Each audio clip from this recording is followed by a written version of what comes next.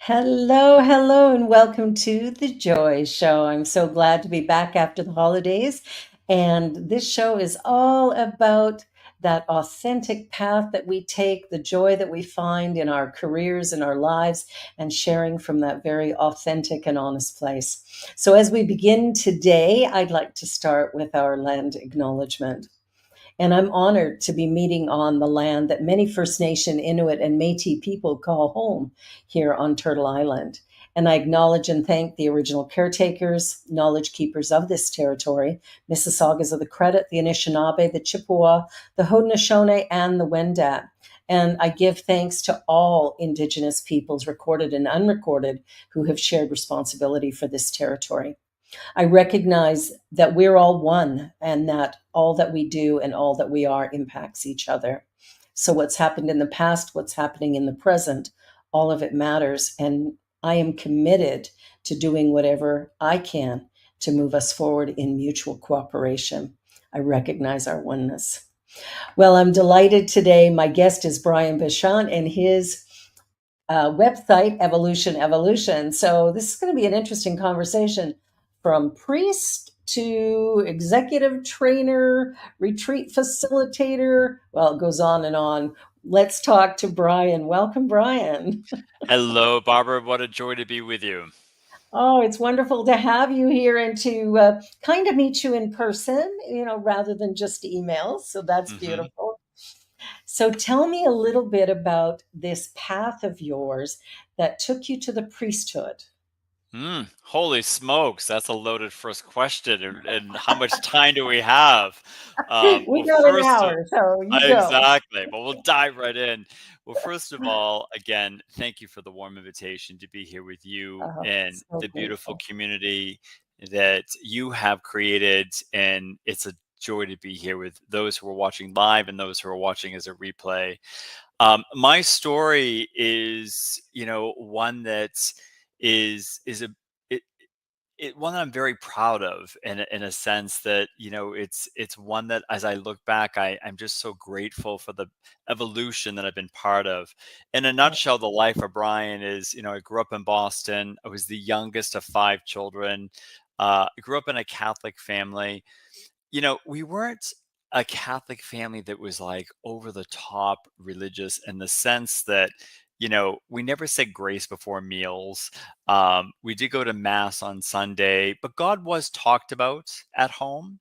yeah, And I really feel as a young child, I always had a sense of the divine, even though I wasn't able to articulate it at that point. There was yeah. always a sense that I was that sensitive kid that, if someone was being picked on the playground, I kind of really felt it. There was always a Okay. sense of wanting to do the right thing. And I think, for me, one of the reasons I was first led, I think, to the priesthood was because that's what spirituality was defined for me, because that's what I grew up in. I think now when I look back, I'm like, okay, that was just because that was what I was known, but my life has evolved since then. Yeah, it was And familiar. exactly. And I think Yeah, the first time that my spirit, my soul was kind of articulating that was I remember being in church. It was a mid-fall morning on a Sunday. It was crisp, but the sun was bright, and we were the family that always got to church early. okay. And we're sitting there on the pew, and as the sun was kind of streaming in through the stained glass windows, I remember looking at like the saints in the windows, and I leaned over to my mom and I said, "Is there a saint school you can go to?" And Oh, she looked at me and she's like, "What?" And I said, "Is there a school you can go to become a saint?" And I remember at that moment she said, like later she's like, "No, it's the way you live." And there were some people that go on to a seminary, and I think that's where it first kind of started. And that's so cool. it was very cute. It was very, very cute. So I love the things children come up with. Like, it's so clearly articulated, that this is how you would get, that's how you get everywhere, right? Lawyers, doctors, you go to school. I love yeah, that. Exactly. Well, and I loved school as a kid. Like I loved elementary school and I loved going. So I figured, well, if you're going to learn to do something, you have to go to the right school. So I remember Mhm. articulating that. But I didn't go to the seminary. I went to university, Mhm. undergrad first. I did my university in Ohio, and I was at a Catholic university. It was, and I look back now, it was a very Catholic university. I don't know if I would make that choice now, but it was Yeah, the right place for me to go at that moment in my life, and I yeah. loved it. I really did. And it was really the last 2 years when I was in the university there where that sense of a ripening of a sense of service and Mhm. vocation kind of came to focus. And I remember my last year at the university, I was involved with the Catholic chaplaincy office there, as many of the young students were, and there was a posting for a retreat for anyone that thought they might be thinking about a vocation, and I signed up for that retreat, and that retreat helped me make the decision to take the next right step, which was to apply to the seminary. Wow, that's exciting. So now you go into this and then you leave. What was the moment or the idea or the decision that said, "Yeah, it's time to go. I need something different or something more in my life." So I think I'll come to that and I'll answer that question, but just to build up Okay. a little bit, Mhm. you go through the seminary, which is a Yeah, 5-year process. For me, it was 5 years. And yeah. it's an intense formation, Mhm. academic and spiritual formation, and in all kinds of assignments and where you're at. So by the time I was ordained, I was 27 hours a day, and it was young, but I would have to say Yeah, you're kind of an old soul at 27 with the formation you've gone through. yeah, And you feel it's the right place to begin that. And my first 4 years, I served as a priest in a big parish west of Boston. And I have to tell you, I loved it. Like, yeah. I really, absolutely loved it. It Wow, was a parish with 2,700 families. It was wow. very active, and I did weddings like I was a Las Vegas chaplain. Like it was a young parish, Yeah, and it was amazing. And then at the end of those 4 years, there was a new cardinal that came to Boston. And for many who are listening may recall that the sex abuse scandal in the United States kind of erupted. The epicenter began in the United States and then rippled out from there across the US, yeah, Canada, the rest of the world. yeah, And the Cardinal of Boston resigned, and there was a new Cardinal that came in, Cardinal Sean O'Malley, who was really brought in to be a healer, to bring restitution, to really work with the victims, etc. And he cleaned yeah. house when he got in. Mhm. And one of the things he did is he appointed a new staff to work with him. And I got a Yeah, phone call on a Thursday night ask, asking me to come in for a meeting, that he had selected me to be his new private secretary, which is like chief of staff.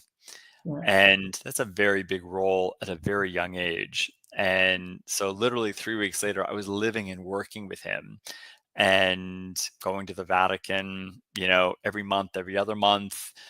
Wow. And it was a tremendous privilege, but it was also where the divine started to really work within my soul and my spirit to help me become even more authentic in who I was and where I was. Yeah, That particular role started to show me that I really didn't desire to continue my life in the church. And I'm happy to go in more specifics, as we go yeah, along. But it really was a moment. One night when I was out for a walk, my first year working for the Cardinal, I was dressed casually out for a walk. Um, when I saw two couples come out of a restaurant, they were gay couples. They were saying goodnight. And I remember it was like the world stood still. I was on the other mm, side of the street where I was like, I want that. wow, And there had been a lot of things kind of already in my heart about my own coming to terms with my own sexual identity, my own sense of wanting to live in a sense of freedom and joy in a new way. And I knew I was being groomed for a lot more in the church, but I also knew there was this deep desire in my soul to really go forward and live in a new way with a deeper, authentic presence of who I was. Wow, that's exciting. That, that those moments in our lives where we sort of wake up to who we really are and Mhm, how we want to take our gifts forward, like how we can be that light in the world, only happens when we get very deep in our own space where we find our heart space. It's like, here's my soul's calling. mhm, Here's where I mhm, have to go. mhm. Wow, that's exciting. That's exciting. So from there, Dun, da, da, da. Well, ta-da. I think it's important, one thing I'll share too is it just didn't happen overnight. It Yeah, wasn't like yeah, I had this moment of like, oh, like I'm gonna leave. One of the things that, is quite challenging, when you become a priest is this deep sense that, it's like you're a priest forever.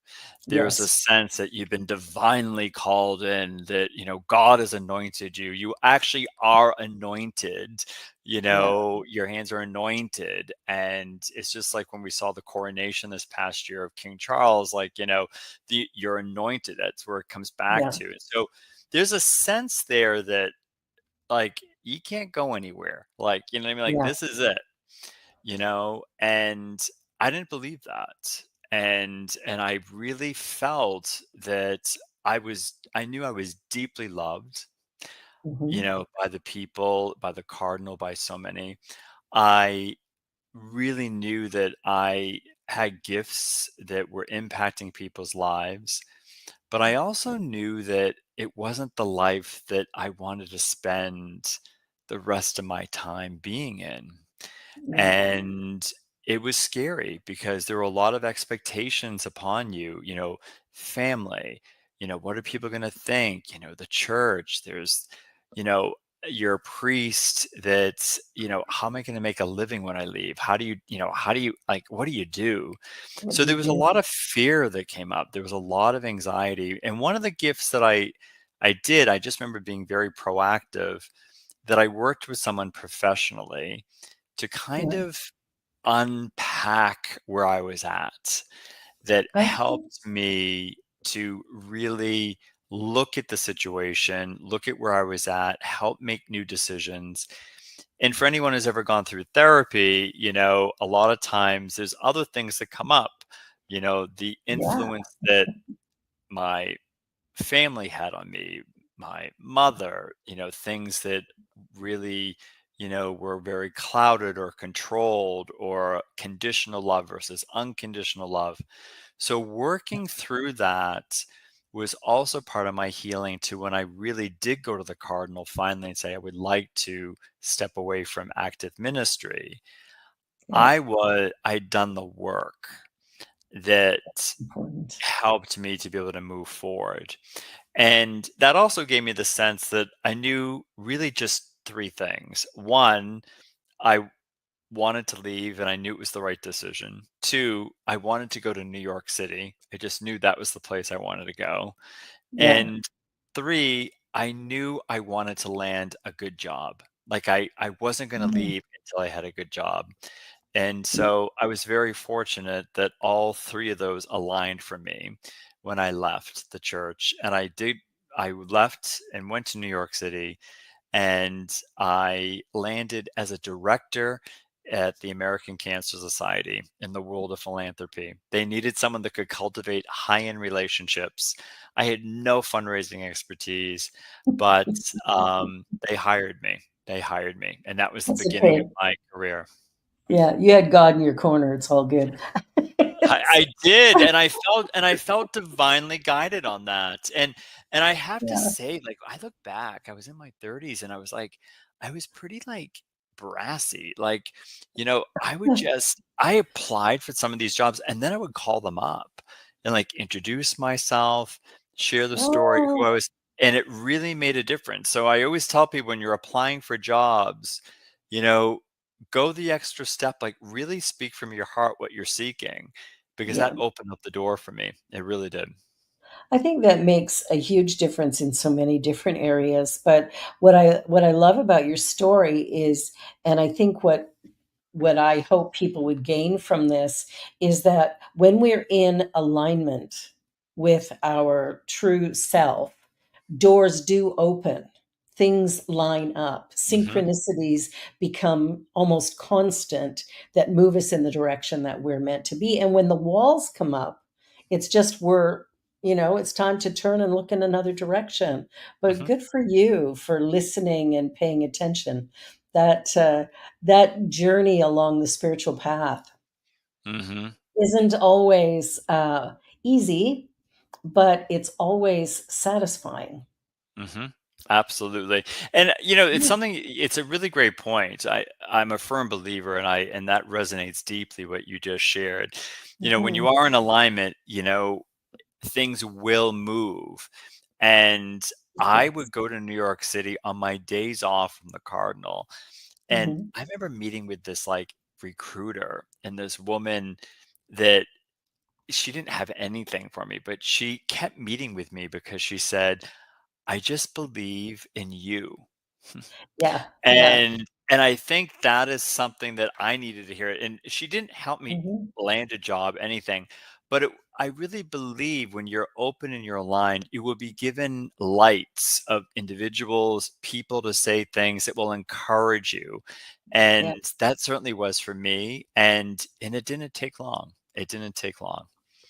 I think anytime we're clear, and I mean, you were clear that you wanted to go to New York, you were clear that you were complete with Mm. the Cardinal, and that there was something else for you. And I think that, when that clarity comes in, I remember when I started ministry and I uh, went out and applied for a church in Vernon, British Columbia, actually, and I knew I knew when I went there and spoke that, they did candidating 3 weeks in a row with different people, and I was the first one, but I knew they were gonna hire me. Mhm. And when I came home, I gave notice at my work. I was a realtor at the time because there's a natural progression, real estate to ministry. And then the other one was, I turned around and I gave notice where I was living as well Hmm. and said, I'm leaving December 15th. The church was voting December 13th. Oh, wow. Wow. Talk about trust. I lived in Calgary and I was going to Vernon, BC. But it was interesting because I had absolute faith. It just felt done. And then, of course, on Sunday morning while I was waiting for the vote, I was like, oh my gosh, what if they don't take me? I quit my job Friday. Now Yeah, it's Sunday. But I it's flew amazing. there on the Tuesday, the 15th, and did my first service. It was a candlelight service, did that on the 16th, which was my 42nd birthday. Oh, wow. Wow. But it Special was like, memories. yeah, and everything lined up. Like just Mhm. everything lined up perfectly. And I think when we listen deep within ourselves. And you said something earlier that reminded me of something, and that is, what you should do, right? Like we get all these shoulds in our life. We should Mhm. do this because what is my family going to think? What are my friends going to think? What is the cardinal going to think? What are people going to think? And what people think of us is none of our business. Yeah, that's a really good point though, and I think it's something, I'm happy to share that it's easy to say that, Yes, it but is. it's not easy going through it. And True. I certainly, for me, that was it was very painful on a few moments. I held my cards close before I made things public, I spoke to the cardinal, et cetera, which was a gift because I did that inner work. But there was tremendous um, anger and hostility from my mother. It Okay.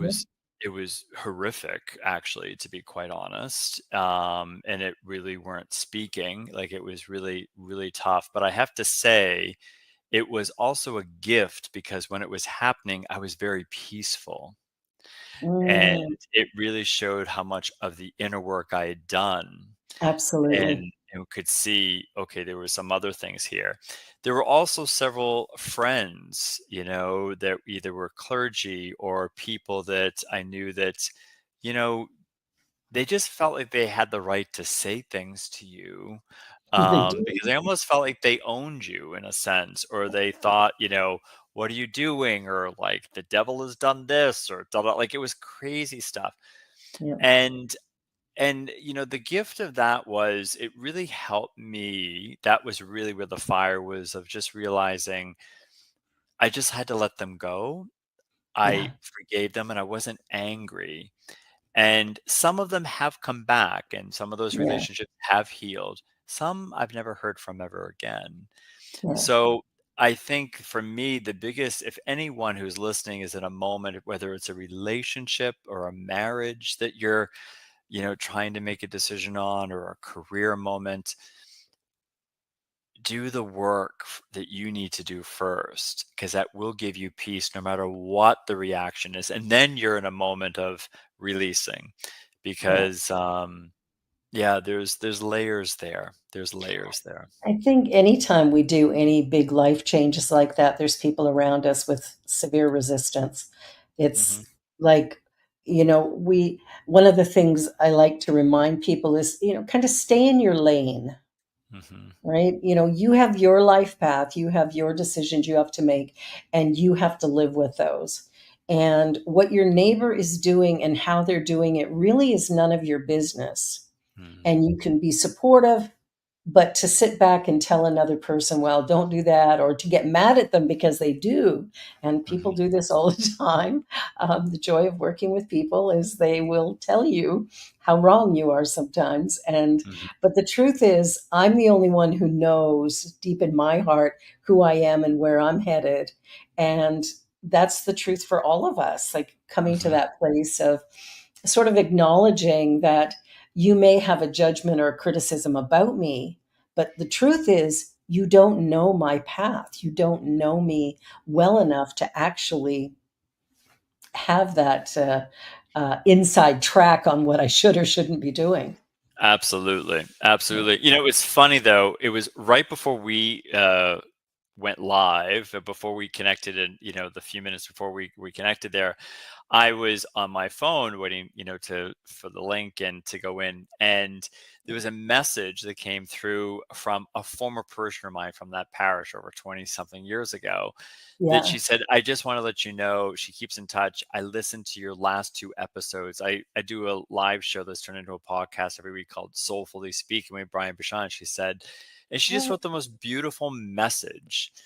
And it was, you know, there are people, even when you do make new decisions, that become one of your greatest advocates and continue. And yeah. yeah, and it was beautiful. It was right before going live. I was like, "Oh my God, that was so beautiful that she took the Oh, time to write that." And she's so happy about, where things are. Oh, look at that. There it is. It's coming right up. uh, my producer is the best. Amazing. I'm quite impressed. Quite impressed. And then we did not plan this. This was not planned in any way, shape, or form. No, So it was not. But she listens, and yeah, and she's in Mexico. So we're kind of all over the place here, the three of us. amazing. Amazing. Well, that's great. Oh, I love that. Soulfully speaking. Oh, that's beautiful. I have to check that out. Yeah, I launched it on my birthday, which was October 17th, which is October Hmm. 17th. I launched it in 2023. And it's a live show I do every Monday on LinkedIn. It goes live on LinkedIn at noon Eastern time. And it's Hmm. just 17 minutes. It's 17 minutes because it was the 17th of October. And it's what I love about the show is it's a soulful topic of topics that we can all relate to, that you can apply to your life that day with ease. Oh, I like that. And I have the show turn into a podcast after that you can listen to on Apple and Spotify, that your wonderful producer has shown here. Oh, beautiful, beautiful. Well, I'll definitely connect on Spotify for sure. The the journey that we're on when we're talking about spirituality, I'd be curious to see or to hear from you how your spirituality has evolved over these last number of years, going from the priesthood to now doing more executive type work. Hmm. What has, where's your spirituality at now? Like, what is your practice, or Yeah. how do you relate compared to Yeah. Catholicism? Or do you can still, I'm Catholic and that's my path. Hmm. What's Yeah, I get asked that question. It's usually the first question I always get asked. So, are you still Catholic? Or when I was leaving the priesthood, it was, are you going to stay Catholic? I'm like, well, yes, first of all, I'm not looking to join another religion. I spent way too many years learning and investigating. I have no interest at all to join or learn another religion at all. yeah, So when I actually left the church, one of the things, a belief system that I had that had really kind of been ingrained from the church or from individuals or from family was that unless you're doing God's will and God's work, you will not be blessed. You will not feel God's presence. And so not only did I leave ministry, I came out as an openly gay man. I came out, truly of who I was, and I felt blessed. Like I yeah, felt God guiding me, yeah, to those jobs and people. And it was all these things that we were told would happen to you. None of that happened. If anything, it was the opposite of everything. And so yeah, for me, I struggled a little bit. First few years, I didn't go to church every Sunday. I kind of took a little bit of a sabbatical, so to speak, but I still prayed. I still felt God's presence. I still prayed. And then my office was on 32nd Street, and there was a Catholic church like down the block. So yeah. sometimes on Mondays, I would go to church. I was like, I'm going to be like the rebel and go on Mondays. There was a noon mass. And then I would go at different times, and I kind of went in and out. But really, and then I kind of stopped it. But really, when things started to change in a beautiful, deepening way for me, was in 2018. I remember being in bed one night. At that time, I was living in Toronto and reading a magazine called Toronto Life that is an I know overpriced, that.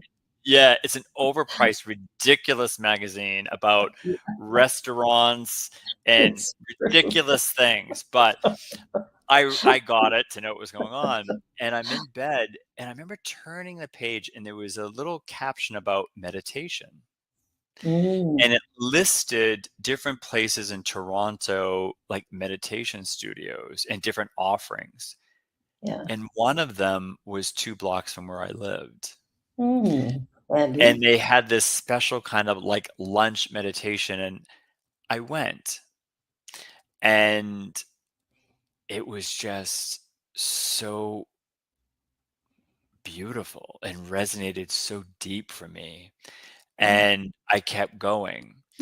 And then I decided that, I had the time at that point. I left the firm as a partner. I was kind of in between, like I wanted to launch my own thing, but I knew at that moment I really desired to travel and I wanted to do a retreat. And Mm, I went to Australia. I had never been there, and I did this wellness retreat for a week in Queensland that yeah, really, I have to say, was the changing point, I think, for the rest of my adult life yeah, because it deeply opened up that spirituality of who I am now, meditation, a deep sense of my intuition has always been kind of a leading force of who I am, but really yeah, tapping into that intuitive side, that reconnection with angels, with guides, with spirits, and really realizing and embracing that spirituality had always been there. That little boy that said, is there a saint school I can go to? That it was a reintegration of that depth of spirituality that was who I am. And so for now, meditation is a huge practice for me, but also just really a deep sense of connecting with guides, with angels, and talking to them and being very aware of that energetic presence. And that's how I do my work. I yeah, feel I have a gift that I can bridge like business people that I can Yeah. speak about spiritual things, but in a way that's not like off-putting to them. They're Yeah. drawn in by an energy, and Yeah. that's a huge part of who I am.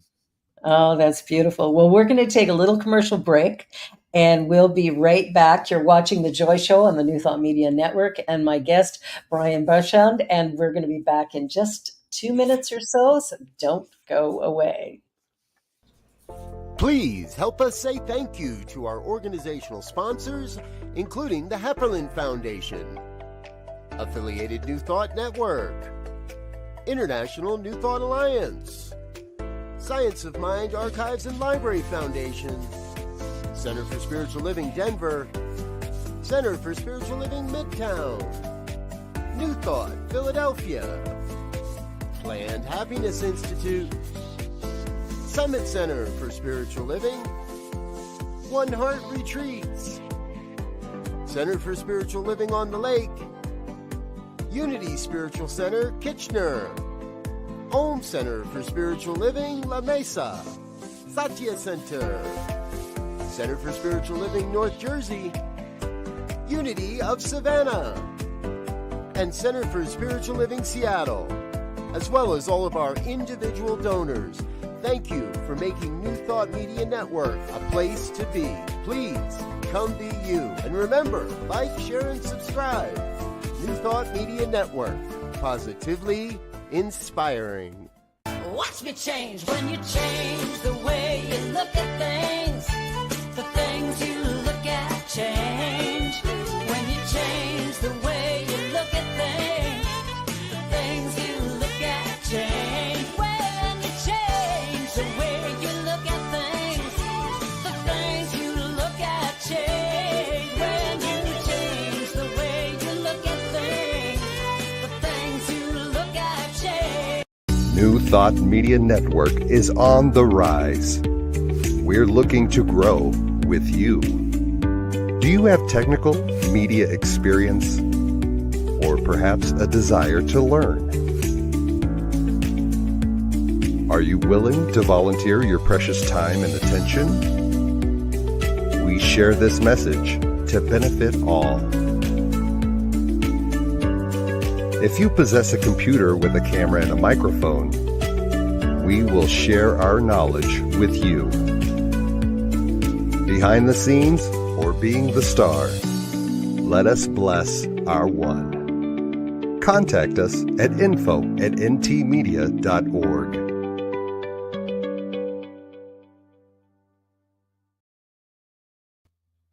Welcome back to the Joy Show. And my guest today, Brian Bachand, is here just to share all kind of great stuff with us.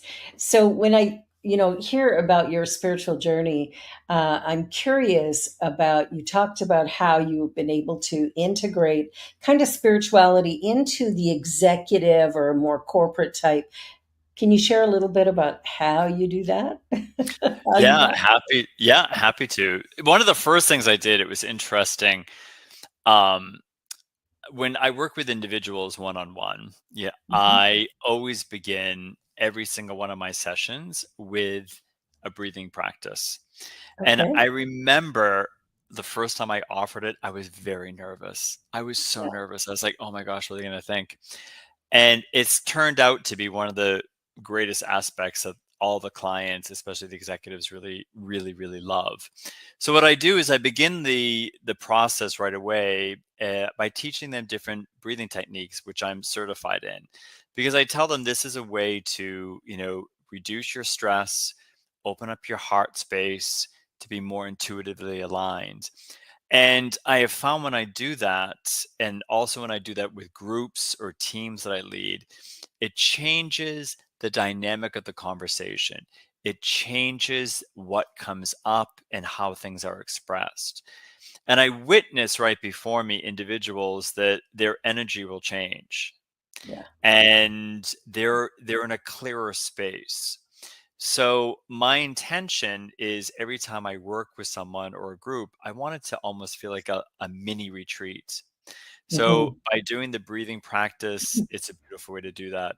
The other aspect that I do too is I really, really tap into when I'm listening to someone.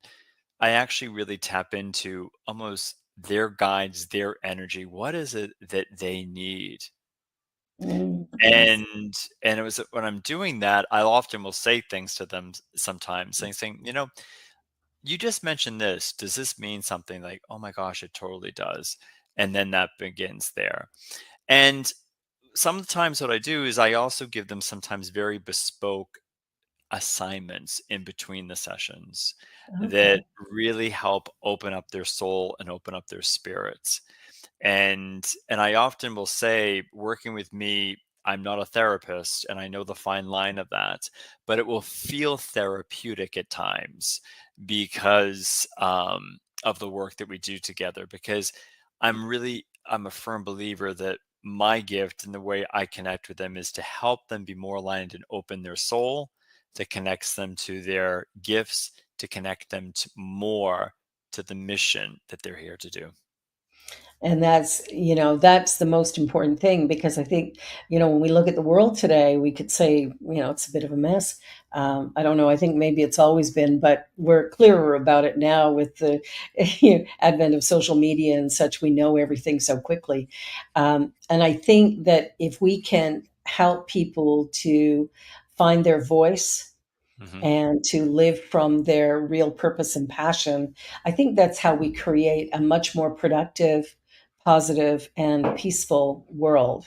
Hmm. People Hmm. living from their passion aren't out shooting up schools or whatever. Like that's, uh, I think there's something there that there, and I don't know if 2024 is going to be so different from the previous years, but energetically, for me anyway, it feels like there's something happening sort of universally that is a major shift.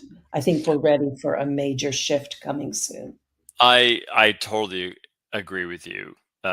Totally agree with you. And it was interesting, when the pandemic hit that March of 2020, when we were all kind Yeah, of in shell shock at home. I remember sitting on my couch. My company had only been launched a couple of months, and the name of the company is Evolution Evolution. And yeah. I remember just instinctively feeling, never in my wildest dreams would I ever have imagined that evolution would be so powerful at this time, because I'm a firm believer what took place, starting in 2019, 2020, has been an evolution Mhm. of the new human and the I new human agree. soul. And so, yeah, people are different of how they want to be. They're more awake. There's a higher 5D consciousness, so to speak, of, Yeah, more of that alignment. And we go in and out of that, because of we're course. humans. But Yeah. there is something. I agree with you. This is a very critical moment. Well, and it was interesting this year when we had our doors open for Halloween. Kids are such an interesting little barometer of the world. I think they Mhm. sort of are ahead of us on the curve. But the kids who came to the door this year were so kind, Mm. so generous, so positive. It was stark. Like it was one of those things where I sat there going, am I hearing this right? Like people would come to the door and go, "Oh, your home is so beautiful." And well, go ahead and take two candies. One kid accidentally took three, came and brought one candy back. Wow. Another Wow. one took two and gave one to their mom, going, "I get one and mom gets one." So my daughter Amazing. goes, "Oh, you can take another one because you get That's to have two." amazing. But it was all of the kids, and it didn't matter the age. Mhm. Even, at the end of the night when you're getting the 13, 14, 15-year olds, they were the same. Parents were the same. It Mm. was it was gorgeous. It really gave me a great feeling of hope and possibility for. And I live in a big city. Toronto's a big city, and we don't always get. When you get in the big city, there's, a lot of, oh, yeah, crime rates and this and that. But Toronto actually is probably one of the safest cities in the world. But Mhm. it's by Canadian standards, we would look at it and go, oh, Toronto. I wouldn't, but my family out west would, Right, I used to go. exactly. Yeah, But but it's I think there is, you know, there's someone I follow very closely, and maybe you're familiar. His name is Lee Harris. Who's a he is an incredible platform. He's a channeler, but he's an intuitive and just rock solid. And he's often spoken about that right now. There is like the new souls, the younger generation, and you can sense that. I mean, yeah, whether or not you believe in reincarnation or not, but there is a new energy, a new generation yeah, that is not just a new generation, but it's a new spiritual soul of humans that are here. yeah. And one of the things, I have a daughter who's 18, and so she just graduated last spring from high school. And in talking to her principal, I don't know, a year and a half or 2 years ago, and he was saying how surprised he was at the kids that he was dealing with, that, in teaching teenagers and being with teenagers, he had been doing it for about 15 years. He had never seen kids who were so clearly articulate and real advocates for social justice, and really would present their case in a really clear and concise way without anger, frustration, any of that. But like, here's what's going on and here's how you need to deal with it. And Mm. he was like, not quite sure how to deal with these kids. But It's a new it's era. It's a new era. completely new. And that's exciting. That's Hmm. exciting. It is. Yeah, the world is changing. So, what's next for you? Like, Mm. as you journey along, what's kind of in Mm. your field of vision for the next few steps?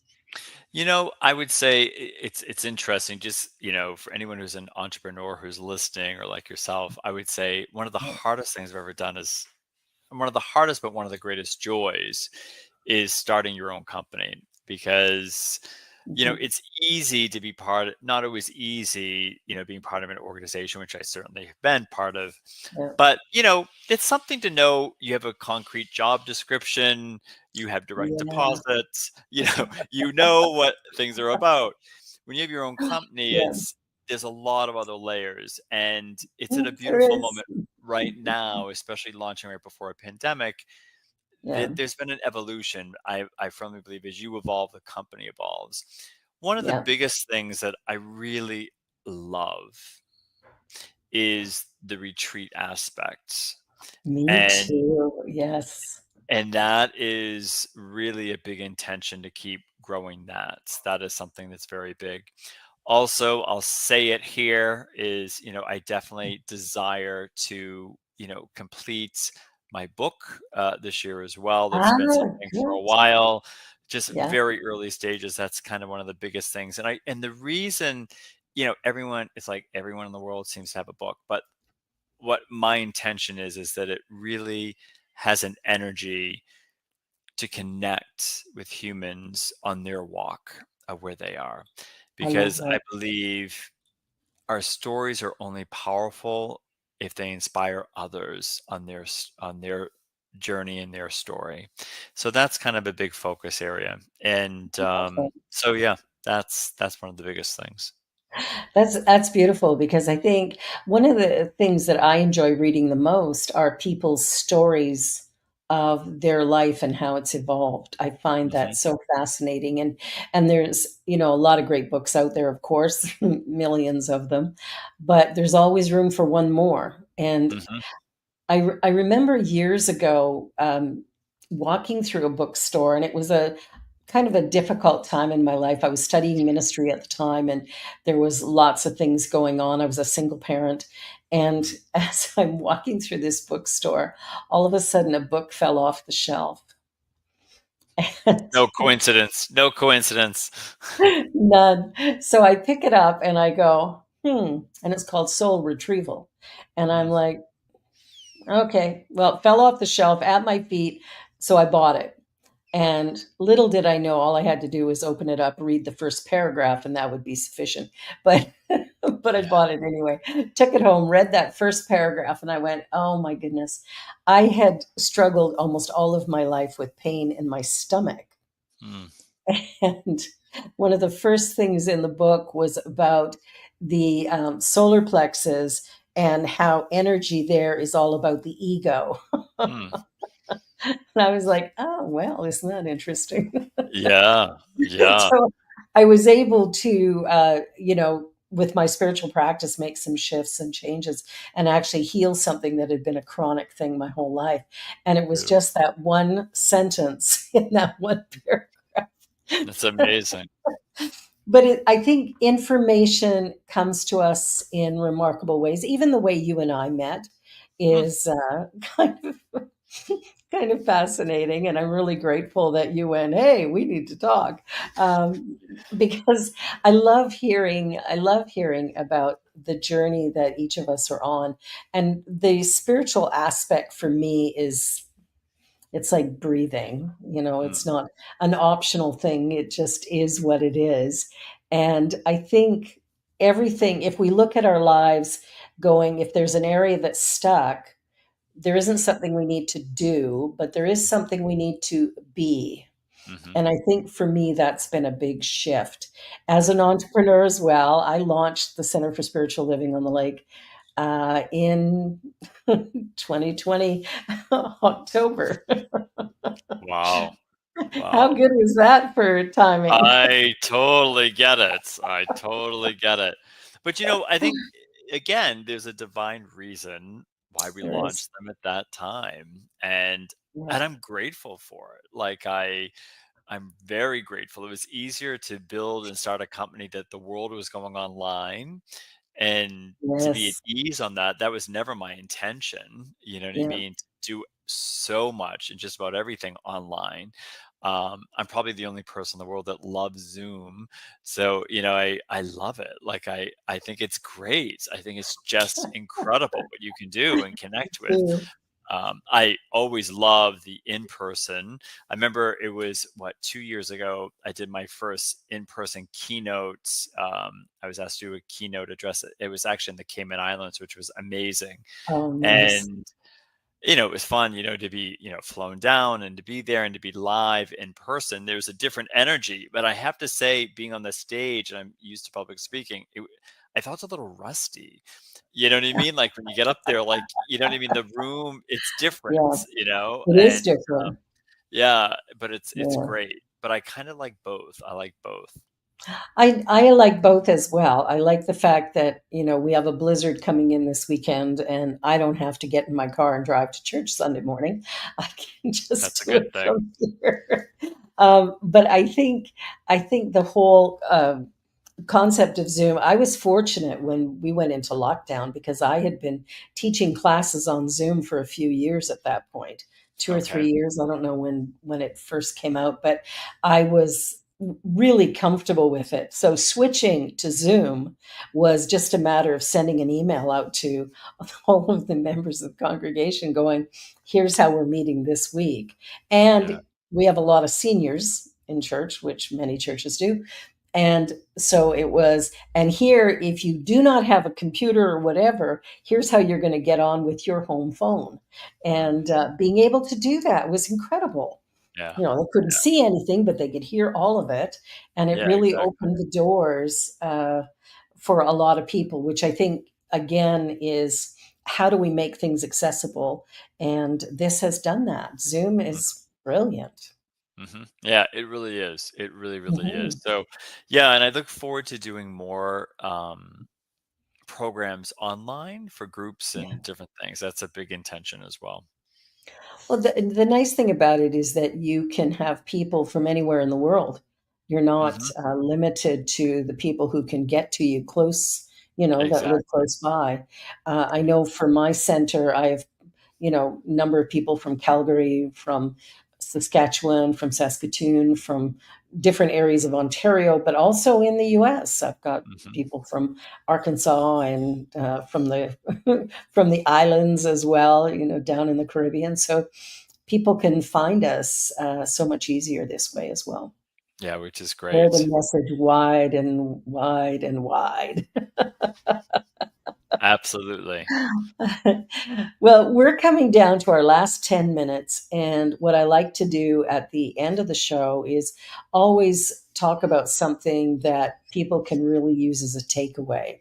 What is probably the most important thing about your life and your journey that another person could take and use to begin to create a more conscious, authentic experience for themselves? Hmm. Any thoughts on that? So there's two things that come to mind. The first thing is, it's funny. It's a simple question that I actually started. I didn't know how impactful it was going to be. I actually started it when I was in the seminary. Saturdays were kind of a free day, Mhm. and but we had like sometimes like a prayer in the morning, and then we were free after that. But the big thing after chapel in the morning was getting your bagel. And I remember being in the kitchen. It was one of those bagel machines that you put it in. You take the bagel apart, you put it on this toaster, and it goes in, and then it drops out. And it kind of Yeah, falls down. And it was never the first time that it was toasted. You always had to put it in a second time and watch the thing go through and wait for it to go through. And yeah. usually, when I was waiting for it to fall out the second time, I started to ask myself a question. And the question was this simple: what do I desire today? Hmm, And I like that. what do I desire today?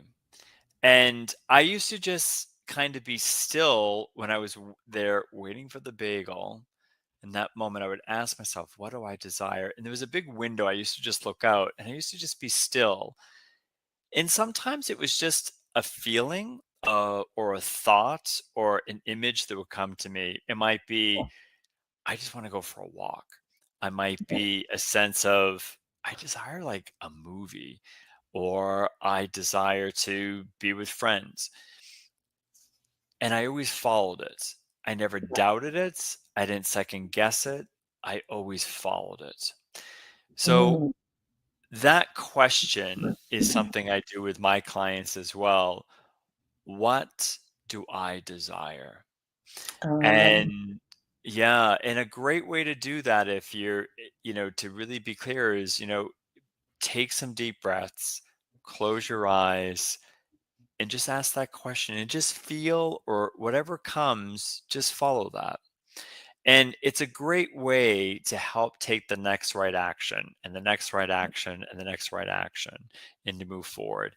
And, that's some of the bigger work you can also do when you ask that question. And there's ways you can do that, can really unearth what your spirit and your soul is trying to lead you towards. So that's one thing I would leave with individuals.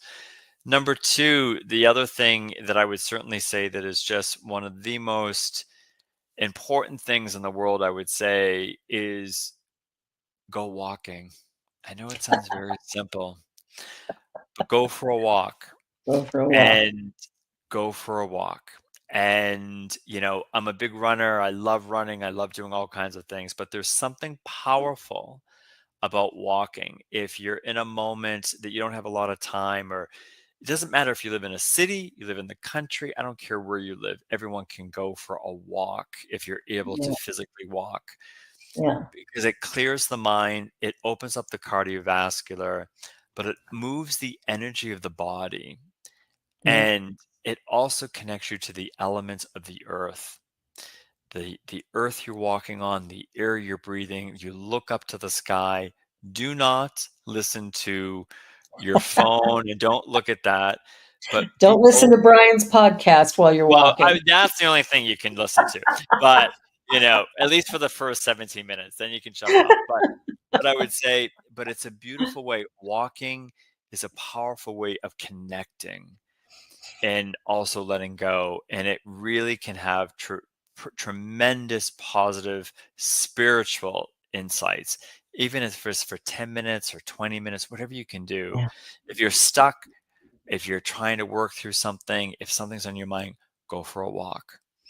And I love that. yeah, keep it simple.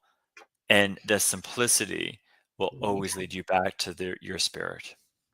Well, I love that. It's I think the journey that we're that we're all on is that we're spending a little too much time indoors and on Zoom and whatever. And I think that idea of getting outside is so important.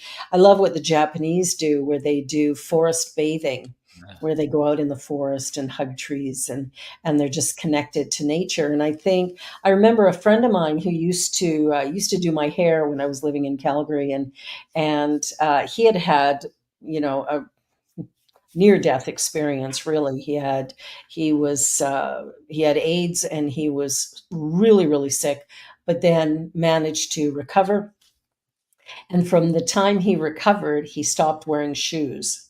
He Mm. went, "I'm touching the earth. Mm. I'm touching the earth." And that always stayed with me. Like, it would be cold. I mean, Calgary is not the warmest place in the world, right? Right. And he would be out with sandals and bare feet. He'd only have the sandals on, like if it was snowing or something. Other than that, he was barefoot.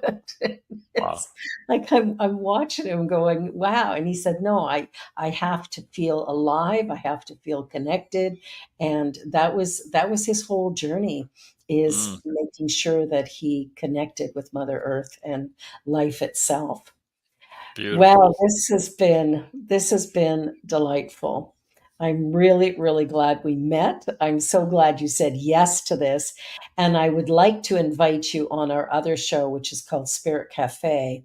Mm. And Spirit Cafe is where we have courageous conversations. Mm. So we Well, talk about all the stuff you're not supposed to talk about in public. I would be delighted to be a guest there, and I would love to be part of that. And thank you so much for this opportunity to share, and thank you for everyone who's listening as well, and for all the beautiful things that you're doing to bring that light into the world, and Yeah. welcome that opportunity to continue the conversation. Yeah, it's so important just to keep talking, just to hear different ideas, and to be able to share authentically, honestly, even if we disagree. It's perfectly fine. It's a matter of just sharing what's present for us at the moment. And what's alive in me at the moment is just how wonderful it is to meet you, Thank and you. that your journey reminds me so much of my own, of really connecting with God in a way that is beyond words, hard to explain because it's so complete. And for me, I know God is love. Mm. And I got to say, my friend, I love you. Thank Well, you for thank being here. Thank all of you for watching. Please be sure to come back, like, share, subscribe, and hey, donate to the New Thought Media Network. It's what's keeping us going. Have a wonderful week, everybody. And Brian, if you just hang on for a minute, have a great day, everybody, and come back next week. Bye for now. On behalf of everyone at New Thought Media Network, thank you for being a member of our virtual family. Your financial contributions help share the New Thought message with people from around the world.